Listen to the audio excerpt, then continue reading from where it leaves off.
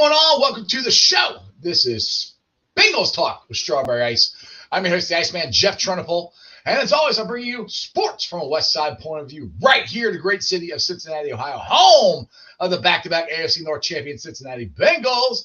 Now, do me a favor. If you found the show, hit that like and subscribe button. Smash that thumbs up. You guys are awesome. I'm up to 2,126 subscribers.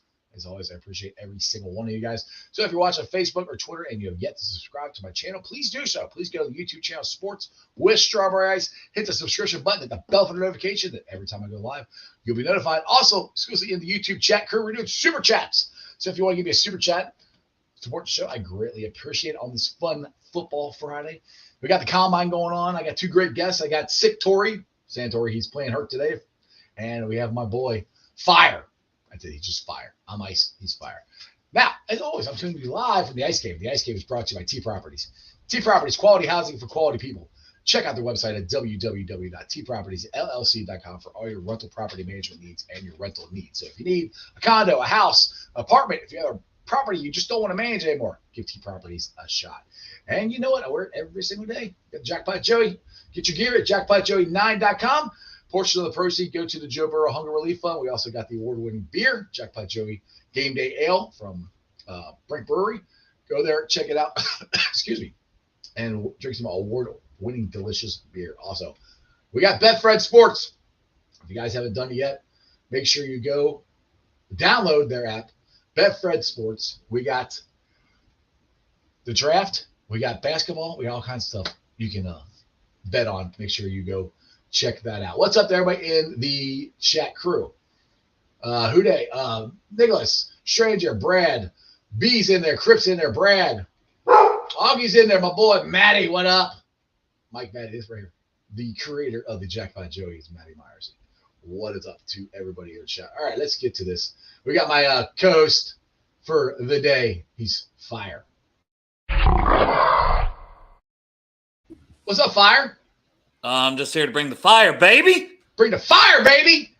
I like with it. 2 exclamation marks, like ice. 2 of them. Ice. That's what. Yeah. You're gonna say ice and fire. Ice, fire, fire, and ice. Ah! All that. Let's bring in Sick Tory in today. They didn't give me any marinara. What? I ordered cheese sticks and they forgot the marinara. What? How can you forget the marinara? Arby's. Do better. That's horrendous. Seriously, I just let you out. You're barking now. No. Eat some dry ass mozzarella sticks. All right, guys. So on this fun football Friday, we are talking NFL Combine, and we were actually discussing it before the show started. The possibility of cutting Mixon, and Dale, you brought this up on your show last night about possibly cutting Mixon, cutting Collins, signing. What is it? Taylor? Juwan Taylor from Jacksonville, because 25 right tackle, solid player. Like, I don't know. If I was going to spend big money on any outside free agent, it would be at right tackle, and that's a guy that would be near the top of my list. I mean, the thing is, if you sign him, if you do that, then your right tackle is fixed for at least the next 3 to 5 years. I would think, as long as it stays healthy, because if you're a Bengals offensive lineman, we can't seem to keep any of them stay healthy the whole year. And I would feel so good about the line coming into right. this year. Like, I know people were with Jonah. I think Jonah's more than fine, but that's my opinion. What do you got, Tory? He's got his kneecaps. He'll be all right. Or she was Sick Tory. What do you got, Sick Tory? I got cheese sticks with no marinara. I know that. What about the? That's it. That's all he's going to say. I know. He's so upset about this. Fucking triggered, boys. No, I think Juwan's probably a good choice. There's a couple guys out there that, even if they aren't the answer for the next 3 to 5 years, it's definitely upgradable. You have to look at right tackle right now and assume that you don't have a starter. You don't. Not for the beginning. Leo Collins is not going to be ready for the season. Right. Adeniji has had more than enough chance at this point. He's just not the guy. He might be a halfway decent rotational backup, but that's kind of where the cap is. That's the ceiling. And then the idea of throwing Jackson Carman out there is just, you can't assume that anything good would happen out of that. There's no track record. I just don't want to rely on him. I know he had two. You can't. You Yeah, just can't. So they're going to have to do something at right tackle. I don't know if they're going to spend a ton of money, but there's more than enough guys out there that are somewhere between 1 year and 3 year guys. Even if they're not a cornerstone or franchise tackle, they're definitely stopgaps that can be more than serviceable. Taylor's one of those guys. But if you get him, then and as long as he stays healthy, I keep saying it, it's fixed. And that's the thing for me is then you don't have to worry about, because I mean, next year you're gonna have your left tackle situation because Jonah will be, this last year of his contract, so you will have to either sign him or do something there. So at least you'd have the right tackle situation fixed, and the interior, those guys are set for next couple of years. So that's where I'm like, it's fixed if you get one for more than 1 year. Do what? It's fixed if you get a tackle for more than one season. Right. Which if you're signing Taylor at 25 years old, he's not going to sign on a 1 year deal, most likely. So no, most likely not. But I will say, like left tackle, I think it's Jonah's last year regardless. Because even if he plays like really well, that's something else we talked about. If he's on this free agent market, we talked about on your show yesterday with Evan. Mm-hmm. Evan McPhillips, my new best friend. McPhillips, not McPherson, because he won't answer me on Twitter. But they told me to call on the show 2 years ago. Anyway, God. But if Jonah plays great, then he's probably going to outprice what the Bengals are going to be able to pay him. And if he doesn't play great, they're probably going to look to upgrade him, right? I mean, if he plays like shit and signs for a decent contract, that's not ideal for the Bengals. Right. That's not what any of us would be wanting if he doesn't have a good season. So I'm hoping he plays great. But if he was on this market, Orlando Brown, he would be the second left tackle on this market. Mm-hmm. He would get paid more than Taylor Lewan, who's been injured, a lot lately and is 32 years old. Well, let's talk about let's bring what we were talking about before. Just say you cut Mixon, which it sounds like they're going to or restructure from what Duke Tobin said. So we were talking about a little bit about the cap hit if they cut him. You're saying what we said, $7 million. Is that what we said there? If you designate him as a post June 1st hit, then yes. So what they'll say is we're releasing him post June 1st. They'll have to pay him a little bit of money this year, but there's going to be it just kind of splits the dead cap up a little bit differently to save more this year. Maybe not as much next year, but keep in mind the cap goes up again next year. So you always see these things that designated post June 1st. So he'll technically be a Bengal through the end of May, but he won't be here, if that makes sense. Right. Augie brings up another name, Wiley out of Kansas City. And yes, he is a free agent, and he bounced around the line, but ended up sticking as the right tackle this year and played fairly well. The only thing, looking at him, he gave up a lot of sacks. So even though his PFF grade was solid, so if you don't like Jonah because of the sack numbers, you're not going to like Wiley because of the sack numbers, because he gave up quite a bit. And also with him, he's like 305. And it just seems like Pollock likes his right tackle to be bigger. Like 305 is a little light. Well, yeah. I mean, Pollock came out and said, if Lael's healthy, he's fine with Lael being the right tackle. So I mean, he does like these bigger guys. I mean, that is a Frank Pollock trait, I guess. He should love us. I don't know why he doesn't come on all our shows. I know. I've asked him. So people are asking what's up with my audio. My mic does not want to work too good, so I'm using the mic on the camera. When he's on that mic, it's like staticky, and then this one it sounds like he's in the fucking bathroom. Yeah, taking a shit. It is what it is. So I try to. Oh my goodness! You guys keep talking. I gotta let him out. There's nobody else here except me. I already let him out before the show started. Daggone it! Talk about yourselves. Pissed at you, I'm man. coming. I just let you out. Y'all don't want to know about me today. Oh yeah, Santori shit his pants. At least once. At least once. That he knows of. Maybe he needs to check again. But so I will mention that if you have not subscribed to Belly Up to the Bar, the show that me and Jeff and Pork Chop do, which Santori made a guest appearance late in that show, fell asleep at first, but then he was back. We were like a combine for like older fat dudes, like a big man combine. So we come up with 40-ounce dash. So how fast can you chug a 40-ounce? The belly flop plunge, instead of vertical, we're going down. How big of a splash can you make in the water off of a high dive? The 3-coney drill instead of the 3-cone drill. Like, come on. How fast can you house 3 conies? And then the sack race, which is not an actual sack race, it's how low does your sack hang because you're getting older. Exactly. The lower the sack hangs. Yeah. I'm trying. We need subscribers, man. We only got like 20 some. All these people that watch your show, how hard is it to go to YouTube and support me and Jeff? Yeah. And Pork Chop. Exactly. Pork Chop. And me. Right. Let's see here. All right. What do you guys? Greg says, out of the tight ends the Bengals met with at the combine, who would you like? Who would you want the most? I don't know who they met with. You guys know? No, Greg is all about tight ends right now. Oh yeah, and all about the meetings, which like they meet with a lot of people. Like it meet like at the combine. That's what you do. You try to get as many meetings with as many players as you can. But it was interesting to me that they did not meet with Luke Musgrave. So of like the top tight ends, which that's been Derek's love. He only played, I think, 2 games last year because he was injured. Should test well. Did he test well? Oh, God, Santori. I've seen that on that beard before. You got a little something here. Clip it. I hope that was Luther Vision. That would be awesome. But oh God, lost all. So they didn't meet with him. They didn't meet with Musgrave. He's a top 4. He's like the 4th of the tight ends to me, behind Washington, Mayer, Washington, Kincaid. I could flip them, but the back injury and the age for Kincaid gives the edge to me to Washington as a tight end. And then after that is Musgrave, and they didn't meet with him, and they met with the other 3. I'm still hoping I hope that they sign Hayden Hurst. That's yeah. But I think it just depends. I mean, if somebody comes out and offers him $10 million. Well, and here's the thing: if they like these tight ends and they don't plan on playing a lot of 12-man sets with 2 tight ends on the field, right? Then are they really going to give Hayden even $8 million per year for 3 years if he wants 3?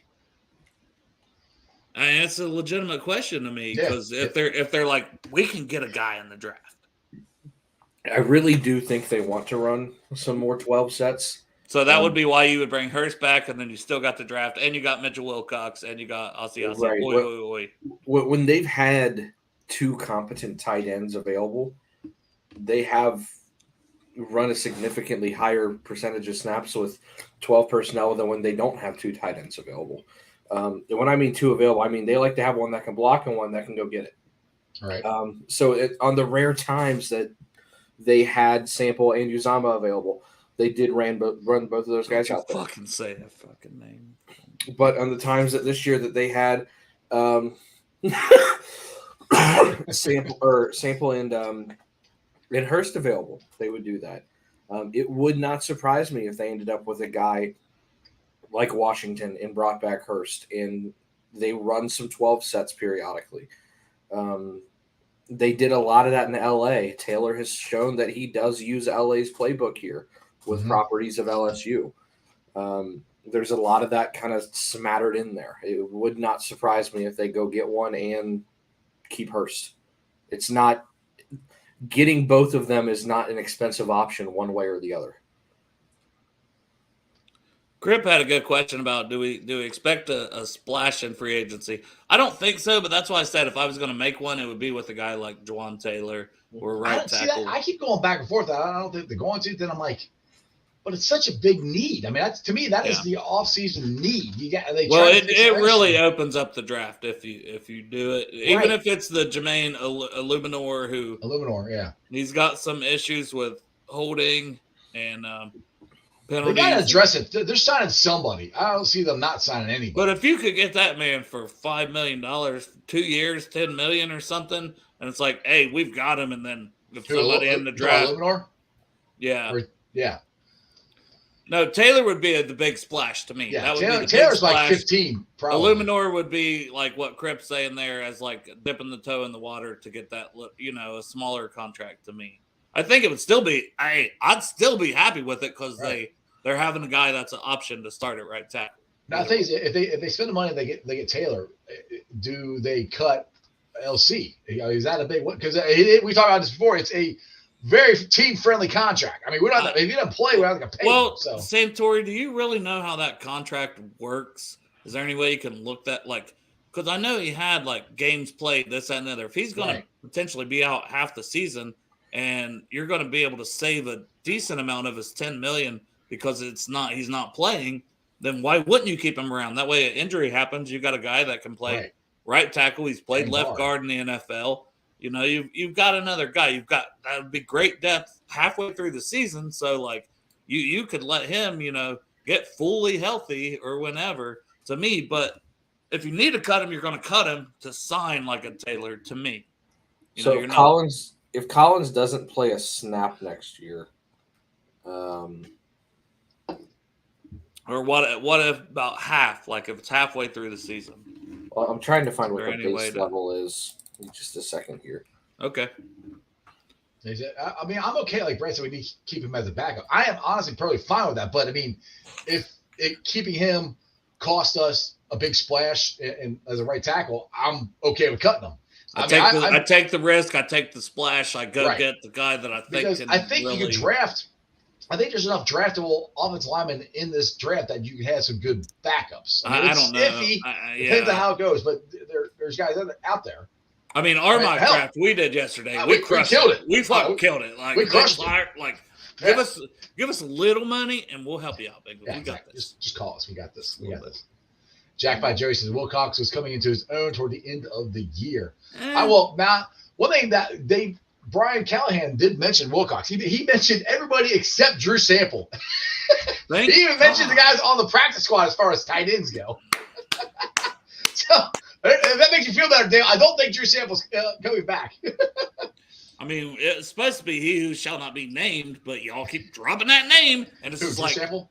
He's going to be like, you know how when we all wanted rid of Bobby Hart, and then we signed Bobby Hart for 3 years, $21 million. So, that was our first deal in that free agency. Right. That's what's going to happen with Drew Sample. It's going to be like we're all waiting for Hurst or Bell or something, one of our own guys. Drew Sample, 3 years, $21 million. So you want to know if Collins lose my shit if Collins plays half the snaps next year, right? Yep. If Collins plays half of his snaps next season. Yes. He will be at. Just about to do the same thing. But your mic don't work. Yeah, no. 7.3 million if he plays half his snaps. Okay, so you're only saving less than $3 million because isn't a $10 million like each season that he signed for? Well, keep in mind his cap hit that's showing this year is 9.4 about, and that's assuming he plays because there's the language written in his contract is a $2.4 million per game bonus, and that includes a workout bonus and a miscellaneous $1 million bonus for 80% play snaps. He has to play 15 games to get that, and that's considered likely to be earned at the moment. And if you cut him, what is your dead cap hit? Because that was the big thing. It didn't seem like 3. So you're able to save not quite 7 if it's 9.4. I guess the next question you save. Well, here's the deal. You owe him 1.6 this year and 1.6 next year if you cut him. So where his cap hit is 9.4 this year, that dead money's technically gone this year because you've already paid that out. There's 2 ways to look at it. You can look at it the way of the player is still going to be earning that money out of the escrow account, or the money's already been paid out from the team. With the team, they would save $7 million by cutting him. Now, next question I have toward the cap. Toward the cap. So so there's you $14 million that you could invest in a Juwan Taylor by cutting Collins and Mixon. That's what I'm saying. Like, so my next question is: do we know when he had his surgery? I know he had the injury Christmas Eve. Do we know when his surgery? Because typically 6 months. Typically, it takes 3 weeks for the swelling to go down and have a surgery. Yep. Okay, so if you're going to assume that it was sometime in January, so he's still 5 months out from resuming any activities. So you're looking at August at the earliest, right? Am I doing that math right? August. You're looking at August for him to begin like rehab and walking. moving. Exactly. Right. Like, that's what I'm saying. Yeah. So before he can even do anything. So he's most likely. And you're looking at probably November before he could play. That's awesome. Yeah. November before he can play. So that's where I keep saying you can't count on him. We got to do something. So and you have to add in his recurring back issues that he's had throughout his career. That plagued him all last year. Like, I'm sorry, I saved his ass is not going to help. Yeah, I saved the $7 million.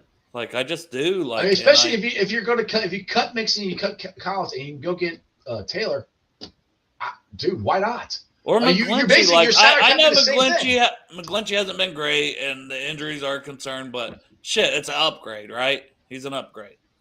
Right. That's what we want. Royal Flush Jerry here says wide receivers should be on the table after third round. If Baffle means that, the Bengals faithfully think we can upgrade from can't upgrade. No, I agree with that, Terry, for sure. And I would even say, because you're picking at the end of the round each time too. So the end of the second shouldn't be out of the question. I wouldn't love it there, but the end of the third, if you can get a guy that is a punt returner and has some speed, and I've talked about that too. So I am right there with you because Tank Dell, I'm gonna always say it because I want you want it so bad. Yeah. But that's your guy from what was my guy last year? Linderbaum. Yeah, that's your Linderbaum. but I will say, like, Jaden Reed from Michigan State, Saint speed and punt return, and then Trey Palmer from Nebraska. So I mean, there's 3 names alone there, and then there's a couple more guys that would give you the speed, and they could potentially take over as slot guys too after this season for Boyd, if you're not re-signing him, which I would say this is probably Boyd's last year, just being honest. I think so. Like, I mean, yeah, I love Tyler Boyd, but like I said, we can't keep everybody. The 3 I want to keep is Joe, Jamar, and T. That's the 3 I want to keep. Yeah, it's not like Boyd's going to be like, I'll stay for $1 million or $2 million. You know what I mean? Like, that's he might. I mean, how many more years? No, man. Because he can still get a good contract. He's still young. That's true. How many more years do you think he's got? Yeah. Yeah, he's got a whole other contract left in him. Yeah, you're right. He's younger enough. Someone's going to pay him 10 or 12 a year. Yeah. At minimum, like 8 or 9. You know. Right. Poor job here says Pollock's interview didn't sound like L was going anywhere. He won't yet. I don't know about that. He was fine with him if he's healthy. That's the thing that they kept saying. If they're healthy, if L's healthy, we're not having this conversation. If he's healthy, he's our right tackle. Well, that's the problem. He's not. So if he was healthy and Kappa was healthy, and we would have won the damn Super Bowl.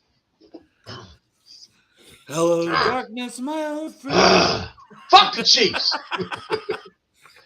Fuck Brittany Mahomes, that stupid bitch. Damn it, Dale, you had to get me all triggered now. Jesus. Patrick Mahomes talks like Kermit the Frog.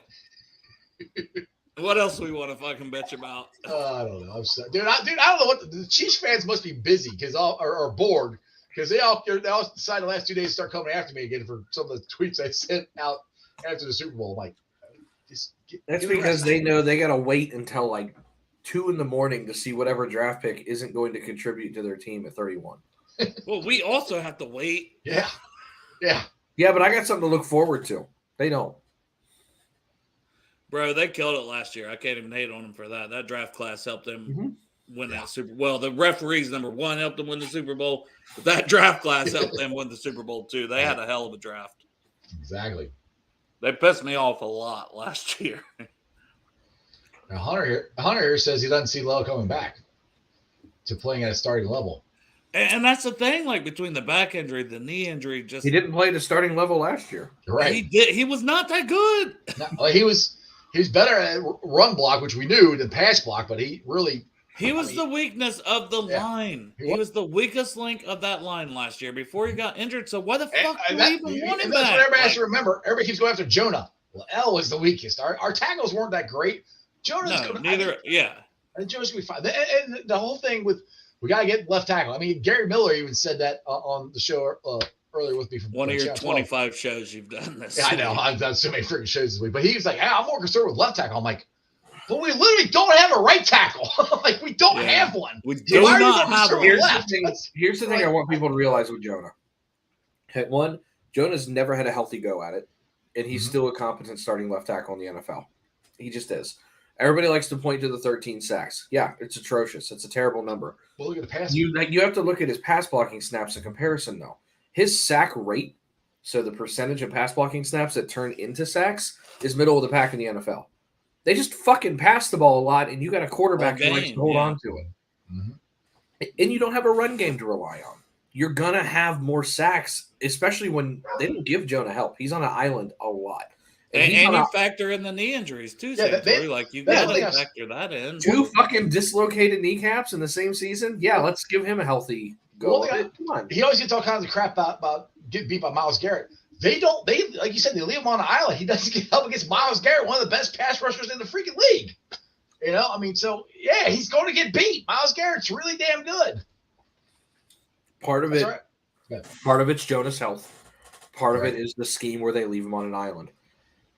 He's not the greatest left tackle on the planet. He's probably a lot closer to average than what people think. But the Bengals really don't do him any favors. And his health hasn't helped him much. Well, to me, I think they believe in him. They might believe in him more. They believe him more than we do. I mean, I'm like I said, I'm not understand that Jonah Williams is an all-pro, awesome left tackle. He's okay. He's average. And Dad, how many times did we go on the show last year and said, we just want an average offensive line, offensive line. I mean, going into last, like if we rewind time to this point last year, before free agency started, it was like, man, can we just get some average O-line? Can we make some upgrades? Which we had. This close, and we did. When they were healthy, that's what we had. So that's what I'm saying. Let's do it again with right tackle. Like, yeah, exactly. But that's where you got to. That's where you got to get somebody. And I would rather get somebody that you can keep, and he's signed for 3 years. You're done at right tackle. You got to figure out left tackle next year. And the continuity. I mean, you can never injuries, but when the team and they gel and they play together, the line, it's a big thing. Yeah, and if you do that and you keep L, great. I mean, I don't know if they can or not, but if you do, then L could be, when he's healthy, come in to be your backup tackle and guard. There you go. Man, you guys are killing it in the chat because, I'm feeling this show, man. Because Terry and then Braylon Morgan after. So staying in the trenches, talking about the weakness, defense tackle. Hill had a good season too, but you have to go and you have to upgrade. We missed Larry O. Yeah. Like that. You've got to go and find some more interior pass rush. And there's guys in this draft that you can get. Hell, there's Larry O in free agency. Well, you do that too. I mean, the thing is, like I said, if he was going to come back, I think he would have came back last year. I don't think he's going to, just me, a personal opinion, I don't think he's going to come back because he's not the starter.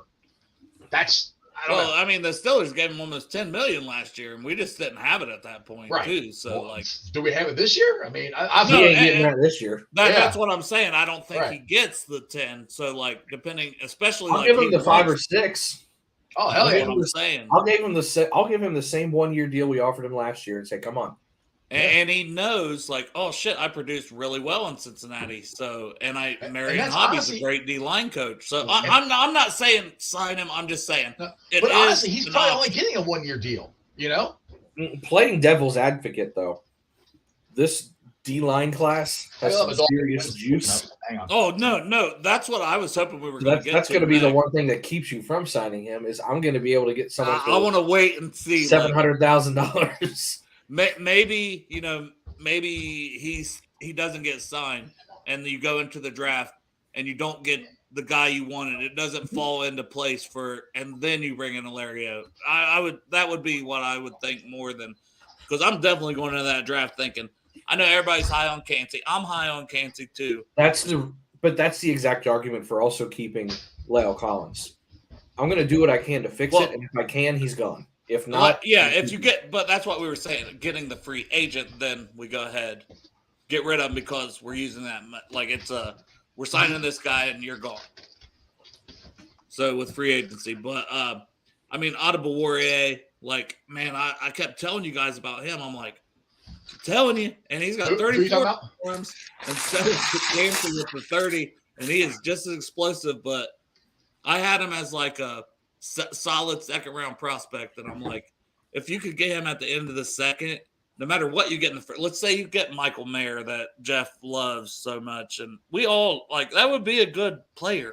Dude, I don't know. When we did BJ Bijan Robinson. Bijan, yeah. I'm like, oh man. There's some people that didn't love that. They were like, you got to take Kancey, but if to me in an ideal world, like the draft, like this is all hypothetical bullshit. But like I said, the way our draft went yesterday, the future. But I wanted to say, like, ideal world, give me like a Michael Mayer in the first round, and then give me Adebawore in the second round, and then give me like still a solid corner that falls, like maybe it's Julius Brents or somebody in the third round. Like now I'm like over here, and we signed our right tackle in free agency.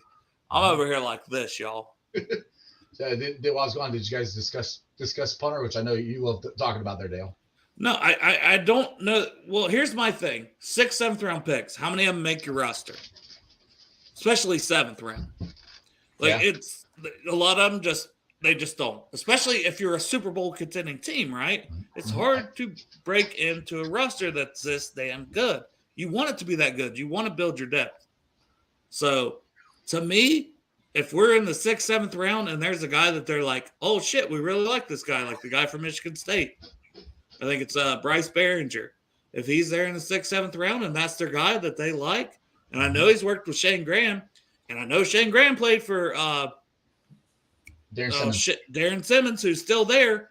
So I know they still have a close relationship. Well, I'm just saying, if Shane's like, dude, this like same thing with McPherson. With McPherson, Shane was in his ear saying, dude. Yep. Well, the thing is too, if you listen to Darren Simmons this week, he's still pissed off about the kick right down the middle against Kansas City. The last kick of the season. He's still pissed. That's what he said. He says, Don't kick it down the middle. He's like, kick it down the sides, out of something. Don't kick it right down the middle. That's like when you had Trags on. He's like, we wouldn't be talking about that if it wasn't for this kick. And Trags is fucking amazing.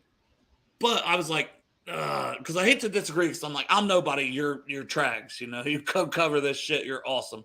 But I was like, I disagree. I felt that way before that kick. But that made it even bigger. It was an AFC Championship game. But, I mean, he was the lowest rated guy of everybody for hang time in the NFL for the season for punting. That is a huge issue. Right. And he's inconsistent. His good is really good. Well, that's the thing about inside the 5, the 10. When he had not Shane, when he had who's our punter? Kevin Huber. He might not have punted it as far, but he at least got the hang time, and he would at least been angled the right direction. And that's more of where he's just done.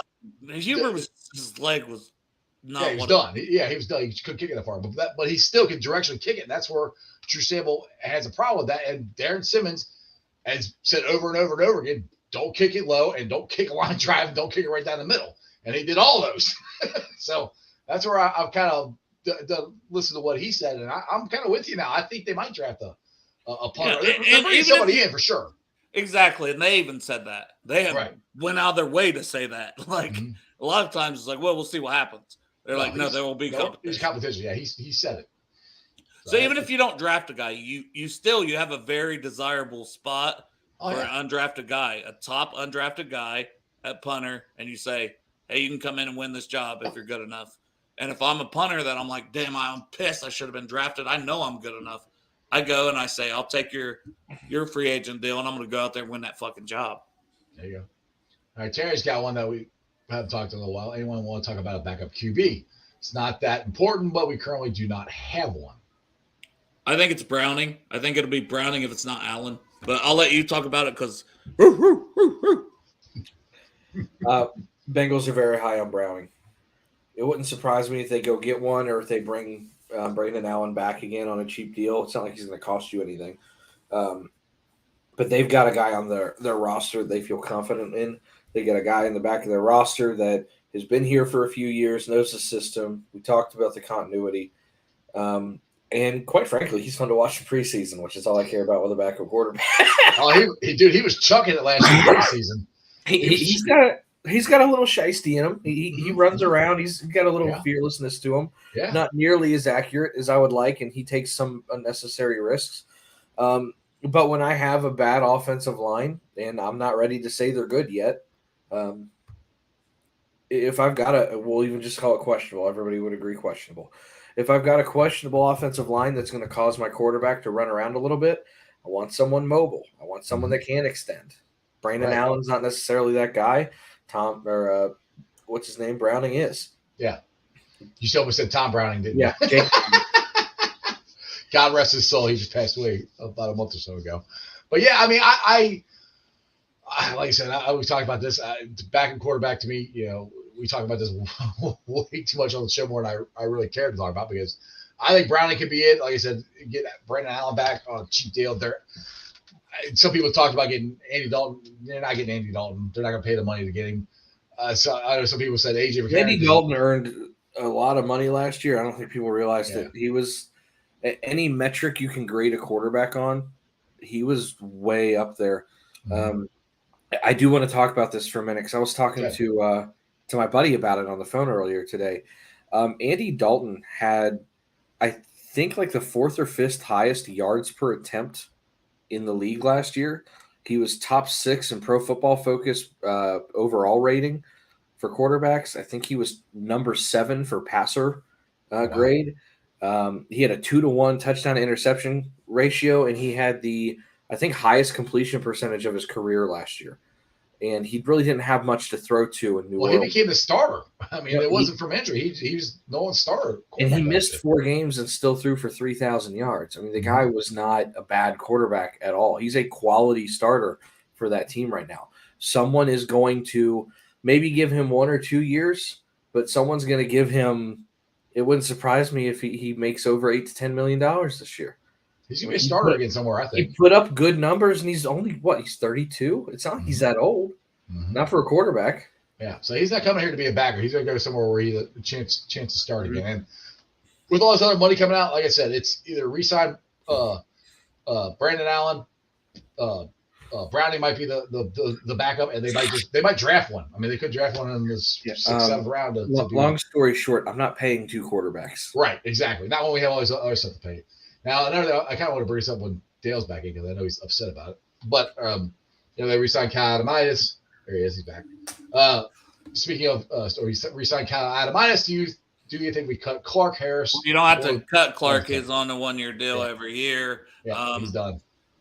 I'll be honest with you guys. I've tried to reach out to Clark over the last few weeks to have him on my show and things like that, and no response. And usually he gets back to me. So, but I mean, that doesn't matter. It's fucking Clark Harris. He's awesome.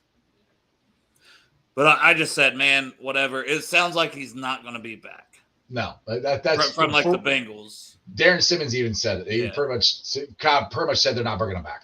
But I haven't talked to him or anything. But either way, great freaking career, man, with the Bengals. And I won't be surprised if he signs somewhere else. He's getting picked up somewhere. From last year, he had a lot left in him.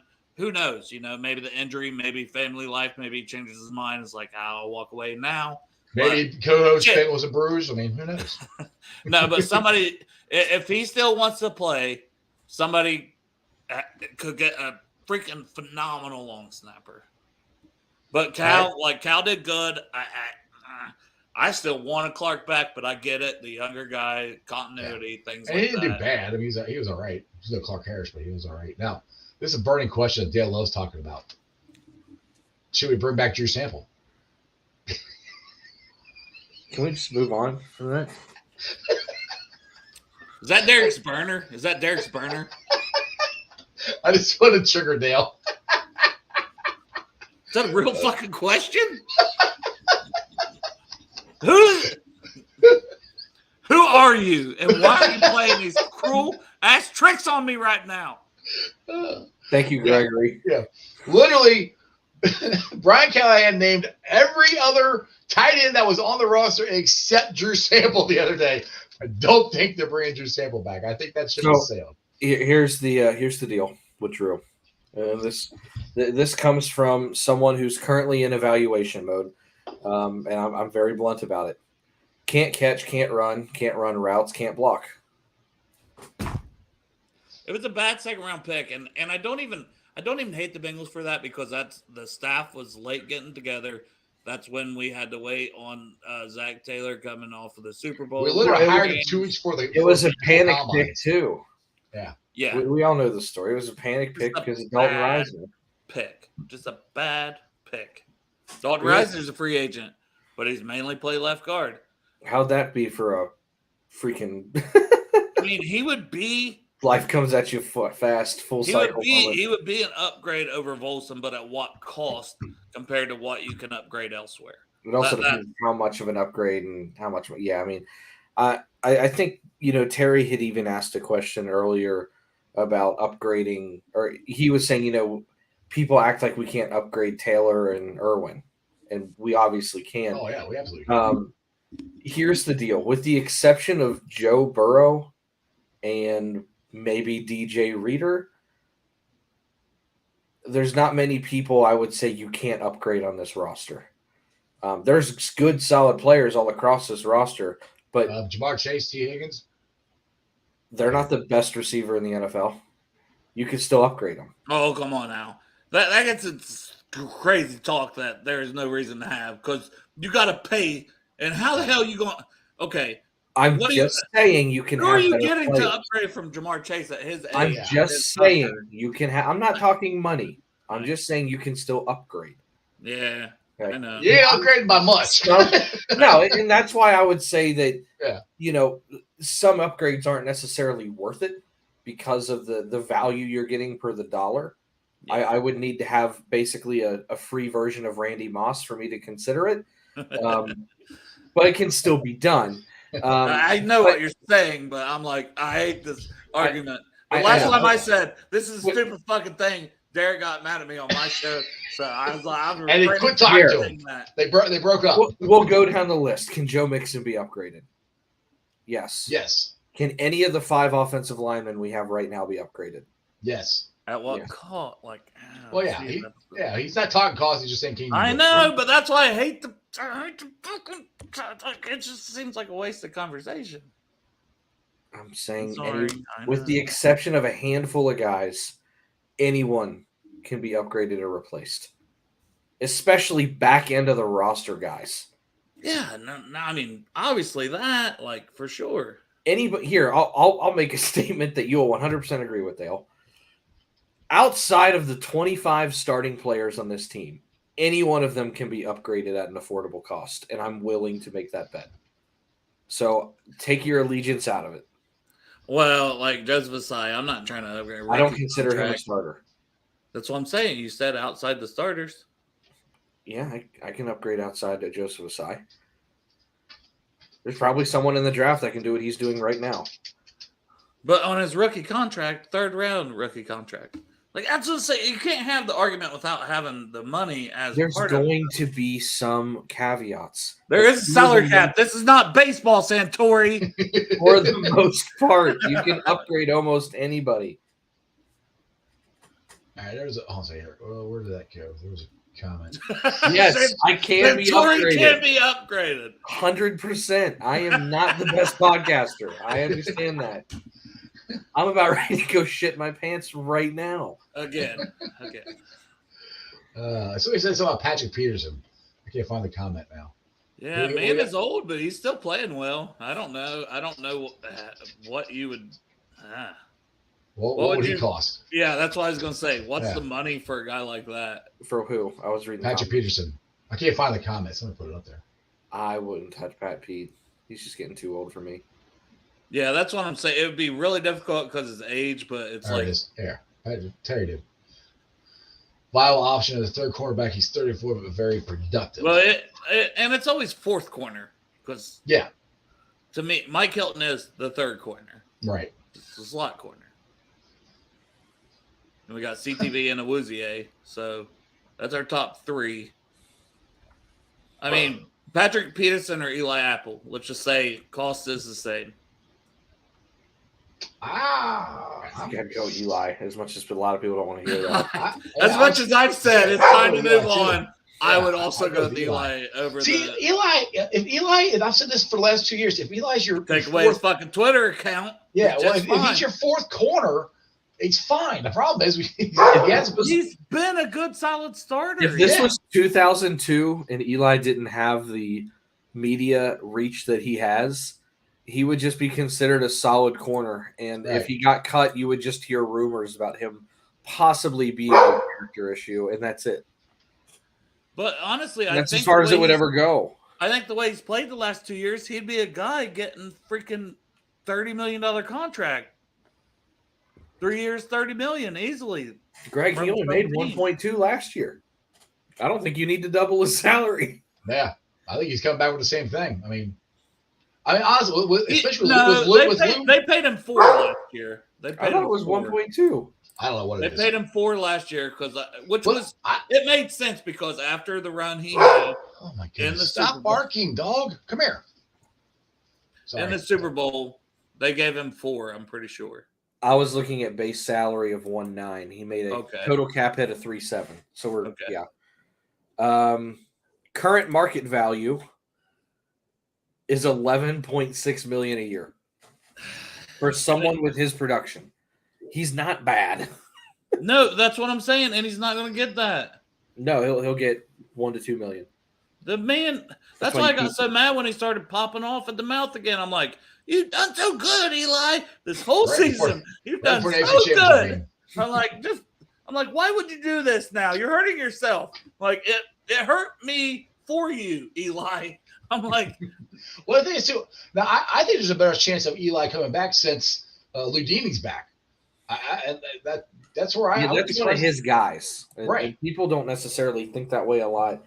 That's why when we talk about free agents, and it's like, okay, well, who on the staff does that person have a relationship with? Same thing with Von Bell too. That's why I think it's a good shot. Jermaine Pratt. That's the only reason you give Pratt a chance to come back. He said he loves Lou. Said I love Jermaine. Yeah. Blood drop. I don't know. Blood drop. That. Oh God.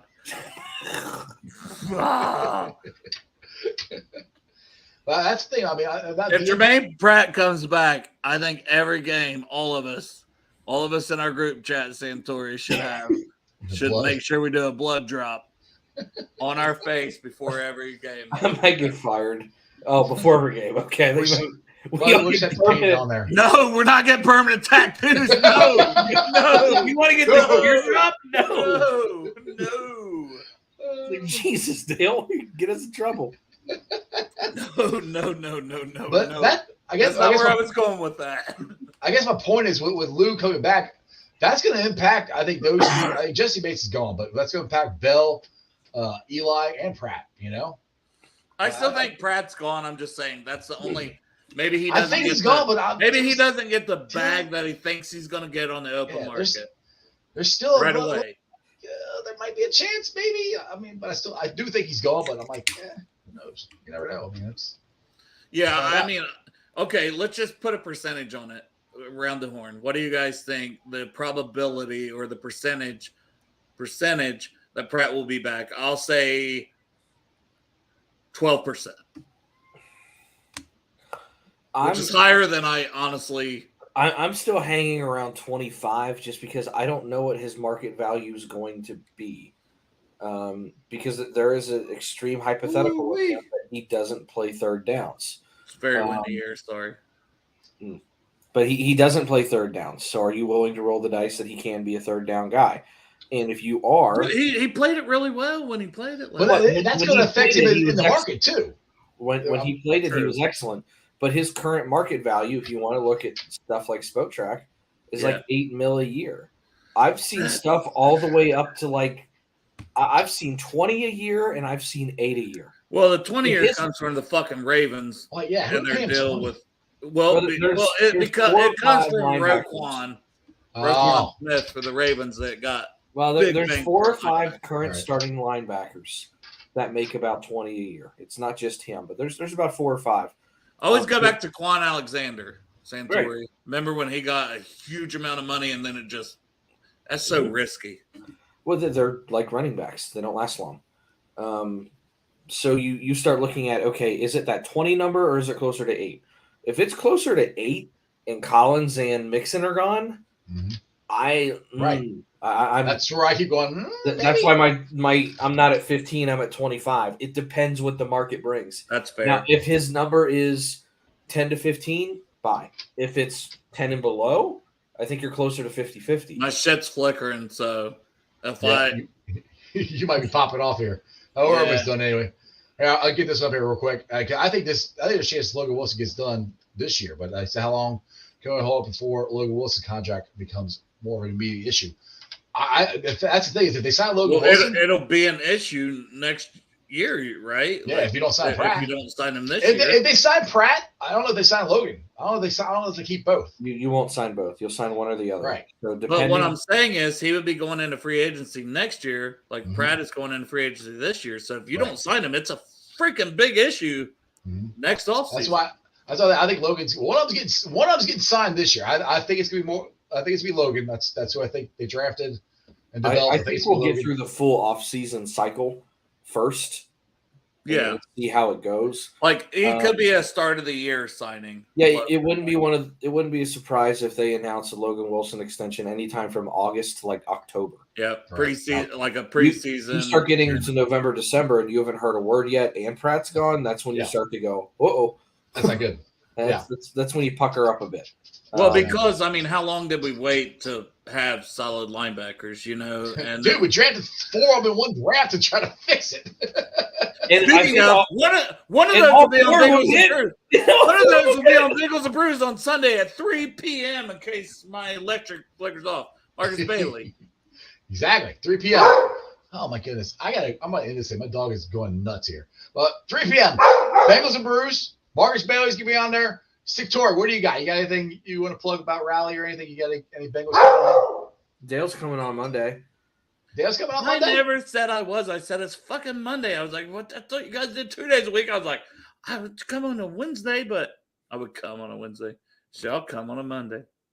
We'll see. Maybe. I'm forcing you. Oh, but don't you guys start at like 8 o'clock?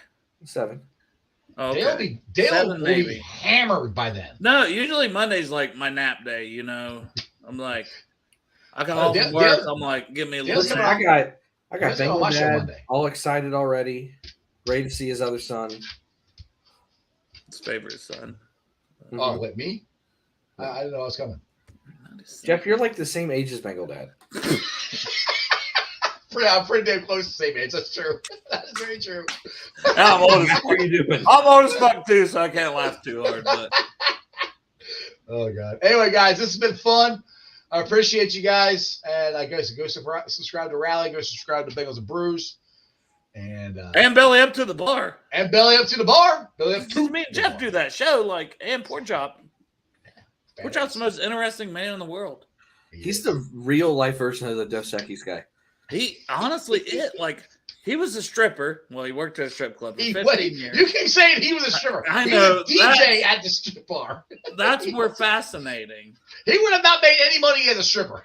But then he told us how he was a beer, did he drive a beer truck? Or he drove a beer truck. We learned that one tonight.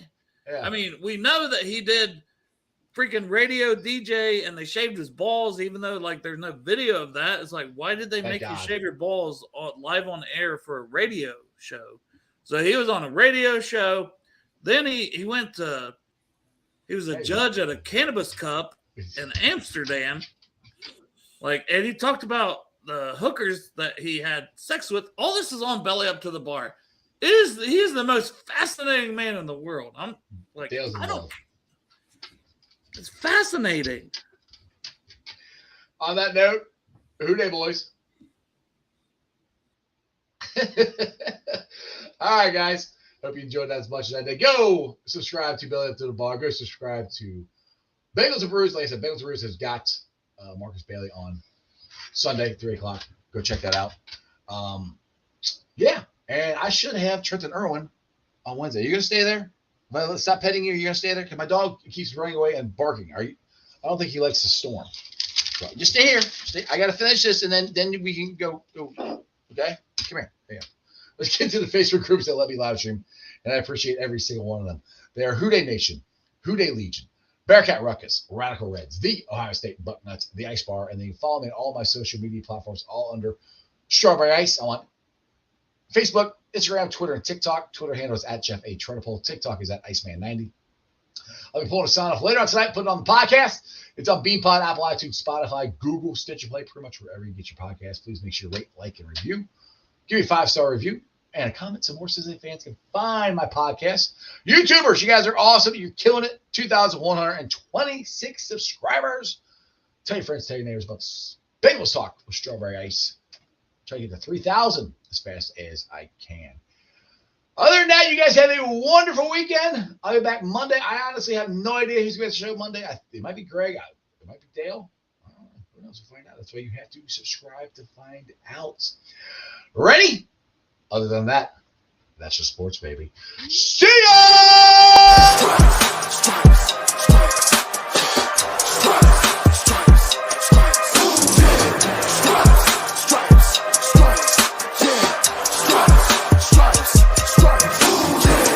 In the day, black in the night. Stripes in our veins, sparks gonna fly. The beast is awake, orange, black and white. Cause when the jungle come alive, day we ignite in Cincinnati, we gon' rise in the jungle, we unite dripping orange and black and white.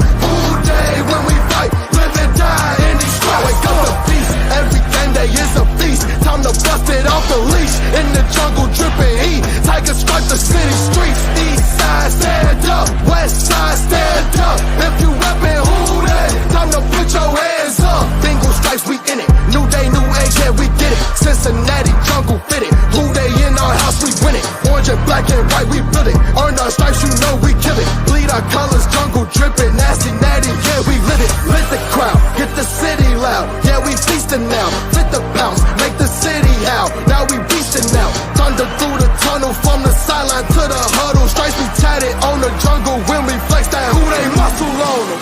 Stripes, Cincinnati, we gon' rise in the jungle, we unite in dripping orange and black and white.